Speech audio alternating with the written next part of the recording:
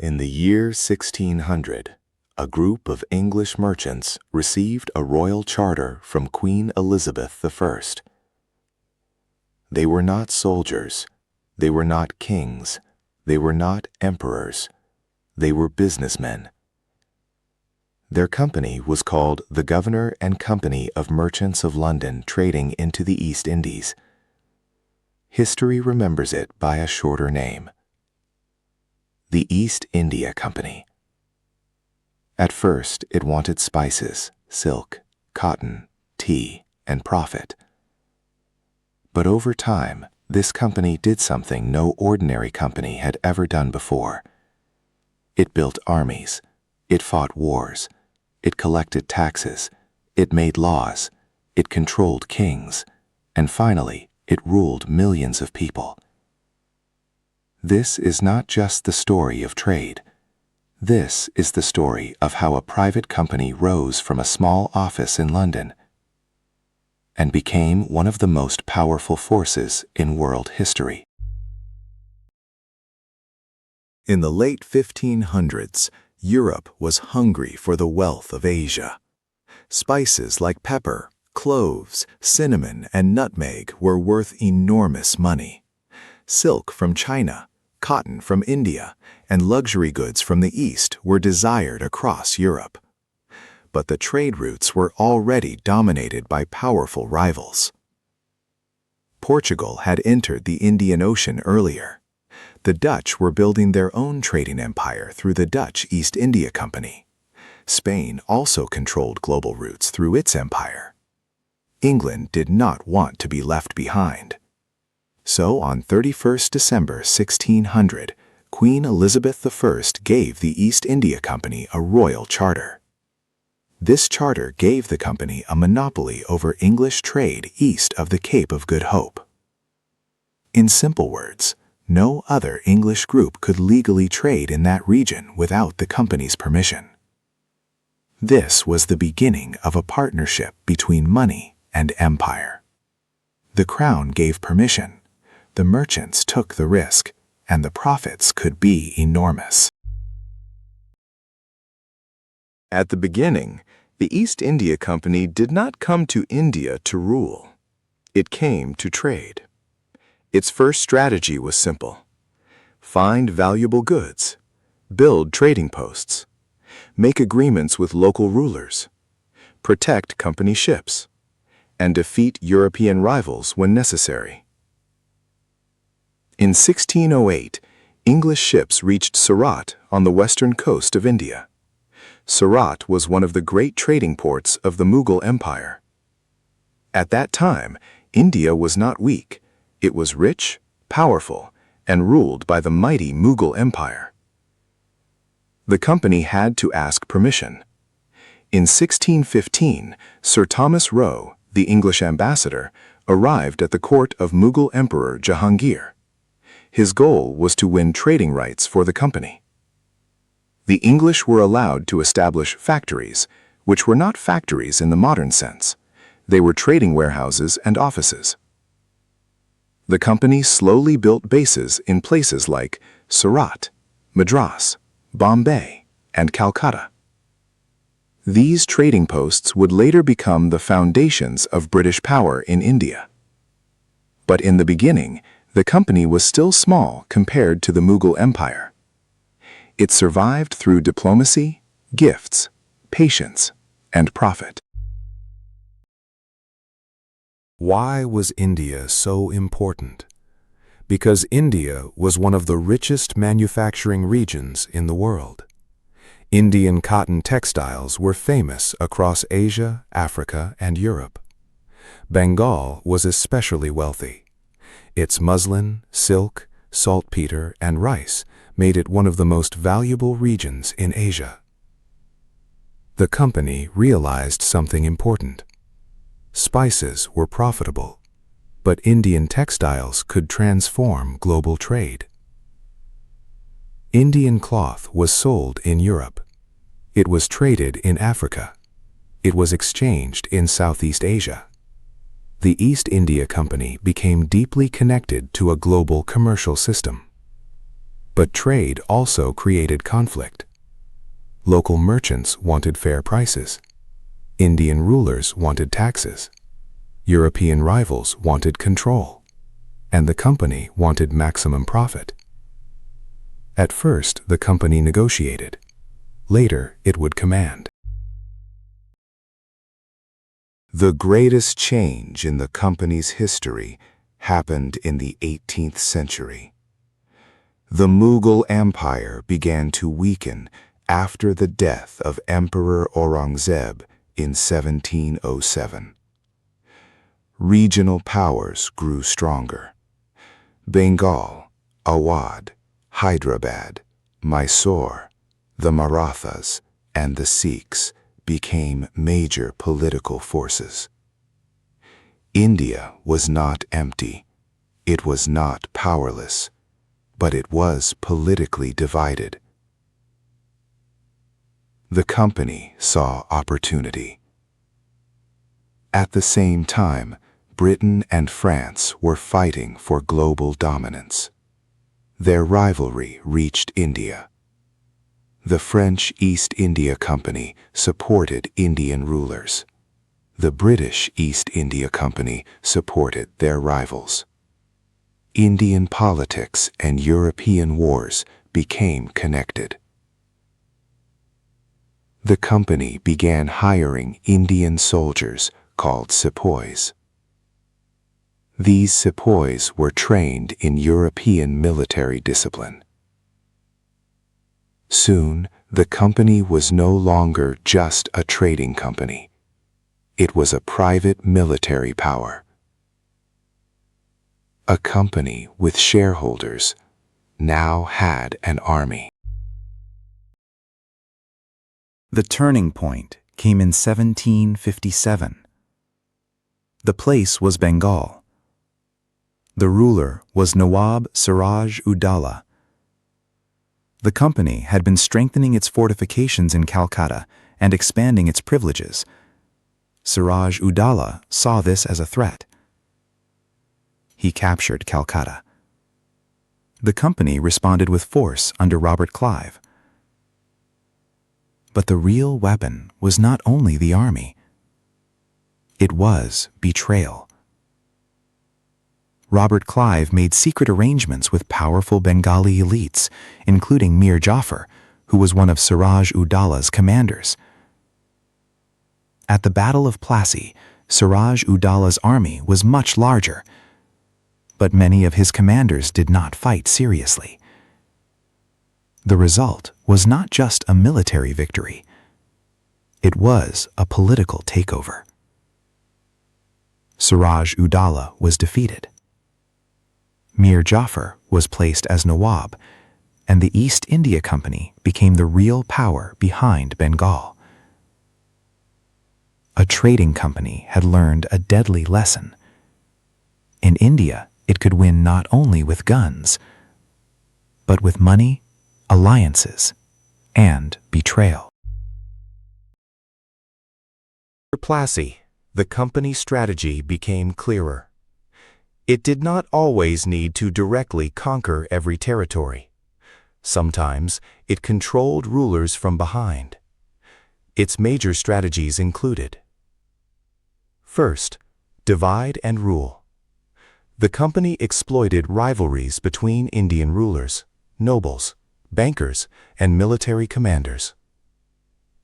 Second, subsidiary alliances. Indian rulers were forced to accept British troops in their territory and pay for their maintenance. This made rulers dependent on the company. Third, control of revenue. The company understood that real power came from taxation. Fourth, military superiority. It built a disciplined army using Indian sepoys and British officers. Fifth, legal and administrative control. It created courts, regulations, and offices that slowly replaced older systems. The company did not conquer India in one day.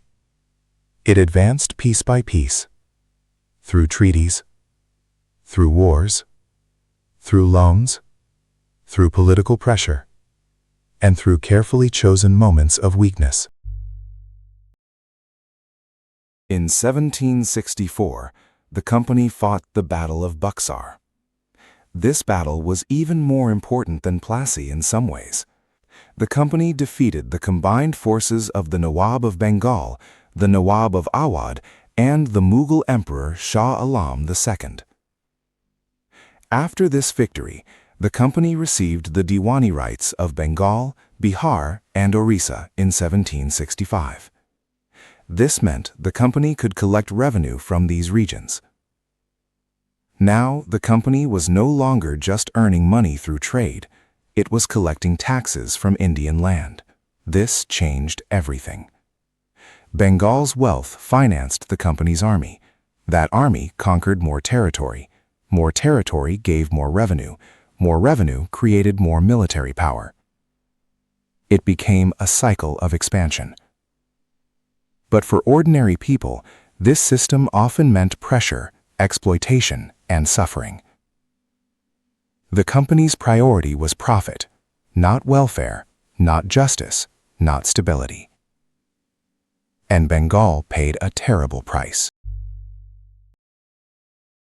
The company's rise continued through war. It fought the Mysore Wars against Hyder Ali and Tipu Sultan. Tipu Sultan became one of the strongest opponents of company expansion. He tried to modernize his army and form alliances against the British. But in 1799, Tipu Sultan was killed during the fall of Seringapatam. The company also fought the Maratha Wars. The Marathas were one of the strongest powers in India after the decline of the Mughal Empire. But internal divisions weakened them. By the early 19th century, the company defeated major Maratha powers and expanded across large parts of India. Then came policies like the Doctrine of Lapse under Lord Dalhousie. According to this policy, if an Indian ruler died without a natural male heir, the company could annex his kingdom. States like Satara, Jhansi, and Nagpur were annexed. To the company, this was administration. To many Indians, it was injustice. The East India Company became powerful because of several reasons. First, it had support from the British state. Although it was a private company, it had royal protection, legal privileges, and political backing. Second, it had financial strength. The company could borrow money, raise capital, and use Indian revenue to fund wars. Third, it used Indian soldiers. Most of the company's army was made of Indian sepoys. This meant Indian manpower was used to expand company rule. Fourth, India was politically divided. Many Indian rulers fought each other, and the company often entered as an ally before becoming the master. Fifth, it controlled trade and taxation together. That combination made it extremely powerful. The company was not just a business, it was a machine. A machine of commerce, war, diplomacy, and extraction. But the company's power also created its downfall. Its officials became extremely wealthy. Many returned to Britain with fortunes and were called nabobs. People in Britain began questioning the company's corruption and brutality. The British Parliament slowly began to control the company. The Regulating Act of 1773 was one of the first major steps. Then came Pitt's India Act of 1784, which increased government oversight. The company was still powerful, but it was no longer fully free. At the same time, Indian resistance continued. Peasants, rulers, soldiers, and communities opposed company policies in different ways. But the biggest explosion came in 1857. In 1857, Indian Sepoys in the company's army rebelled. The causes were many: military grievances, low respect for Indian soldiers, religious fears, annexation policies, economic exploitation, anger among rulers, peasants, and soldiers. The spark came from the new rifle cartridges, which were rumored to be greased with cow and pig fat. For Hindu and Muslim soldiers, this was deeply offensive. But the rebellion was not only about cartridges. It was the result of decades of resentment. The revolt spread across North India. Delhi, Kanpur, Lucknow, Jhansi, and other regions became centers of conflict. Bahadur Shah Zafar, the last Mughal emperor, became a symbolic leader. Rani Lakshmibai of Jhansi became one of the most famous figures of resistance. The company eventually suppressed the revolt with brutal force. But something had changed forever. The British government realized that a private company could no longer be trusted to rule India. In 1858, after the revolt, the British Parliament passed the Government of India Act. Company rule in India ended. Power was transferred directly to the British Crown. This began the period known as the British Raj. The East India Company still existed for a few more years, but only as a shadow of its former self. In 1874, it was formally dissolved. The company that had once ruled armies, collected taxes, controlled territories, and shaped the lives of millions was gone. But its legacy remained. The East India Company changed the history of India, Britain, and the world. It helped build the British Empire. It transformed global trade. It shifted wealth from India to Britain. It weakened traditional Indian industries. It reshaped Indian administration, law, land revenue, and military systems. But its legacy is not only about buildings, battles, or trade. It is about a deeper question. What happens when profit gains political power? What happens when a company becomes stronger than kings? What happens when commerce is protected by guns? The East India Company was not simply a chapter in colonial history. It was one of the earliest examples of corporate power ruling human lives on a massive scale. It began with merchants asking for permission to trade. It ended with a continent under foreign rule. You are watching The East Dynastia India Files, Company where history did not arrive reveals in the India real as an architecture empire. of power. It arrived as a guest. Like, subscribe, and enter the Then next file. It became a trader. Then a soldier. Then a tax collector. Then a ruler. Its rise was built on strategy, patience, wealth, violence, and political manipulation. Its fall came when its greed created resistance too large to ignore. The story of the East India Company is not only about the past. It is a warning. A warning that power does not always wear a crown. Sometimes it carries a ledger. Sometimes it signs a contract. Sometimes it arrives as business. And by the time the world understands what it has become, it may already be an empire. This was the East India Company, the company that came for trade and stayed to rule. Videos बनाने हैं Filmora है ना।